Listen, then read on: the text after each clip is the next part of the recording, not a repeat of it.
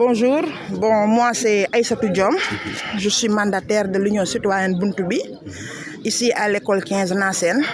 Ce matin, on s'est présenté, comme d'habitude, on a vérifié les classes et tout. Il y a eu pas mal d'absents, chose qu'on ne comprend pas par rapport au Sénat. Ils ont eu des absents. Maintenant, le problème qui se pose, c'est que tout à l'heure, en entrant dans le bureau 10, pour remettre à mon siège pour l'Union citoyenne Buntubi l'un des fichiers de pointage, j'ai trouvé là-bas un monsieur habillé en tenue bleue, t-shirt jaune. Il dit qu'il est le mandataire de la coalition Benno Bokk Yakaar. J'ai dit ok, je suis sorti de là-bas, je suis entré au niveau du bureau 8. J'ai trouvé un autre monsieur habillé en marron qui me dit qu'il est le mandataire de la coalition Benno Bokk Yakaar. Et je me suis rapproché des autorités pour leur dire que ceci n'est pas du tout normal parce qu'on ne peut pas avoir un mandataire communal et un mandataire départemental. Il n'y a qu'un seul mandataire, c'est ce que les textes nous disent.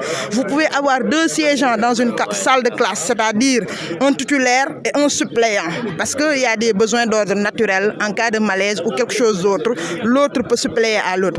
Mais on a vu depuis ce matin des gens de la coalition Benno Bokk Yakaar qui interpellent des personnes qui sont dehors, qui font ce qu'on appelle de l'achat de conscience, qui sont là, voilà, qui s'exhibent, qui font leur possible pour bloquer, pour saboter les votes. Et nous savons tous que l'école Nassen fait partie des centres les plus importants de Sam Notaire. Parce que je pense qu'à part École 16 et Dorossi, c'est la troisième centre, vu l'électorat. C'est ça nos préoccupations, parce que nous voulons que le vote se déroule de la manière la plus correcte, de la manière la plus bonne, dans les règles de l'art.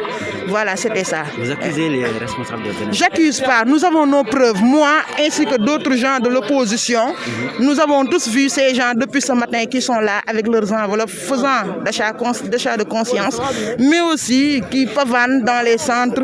Tout à l'heure, ça va faire bientôt 30 minutes, il y a un qui est entré au niveau du bureau 5, exigeant aux gens de la Sénat de déplacer l'isoloir vers la fenêtre. J'ai été là-bas, j'ai été témoin oculaire et j'ai dit à ce monsieur de ne pas déplacer l'isoloir parce qu'on ne peut pas mettre l'isoloir au niveau des fenêtres parce que ça perturbe le vote. Quelqu'un peut interférer sur le vote d'une personne. Voilà, c'était ça.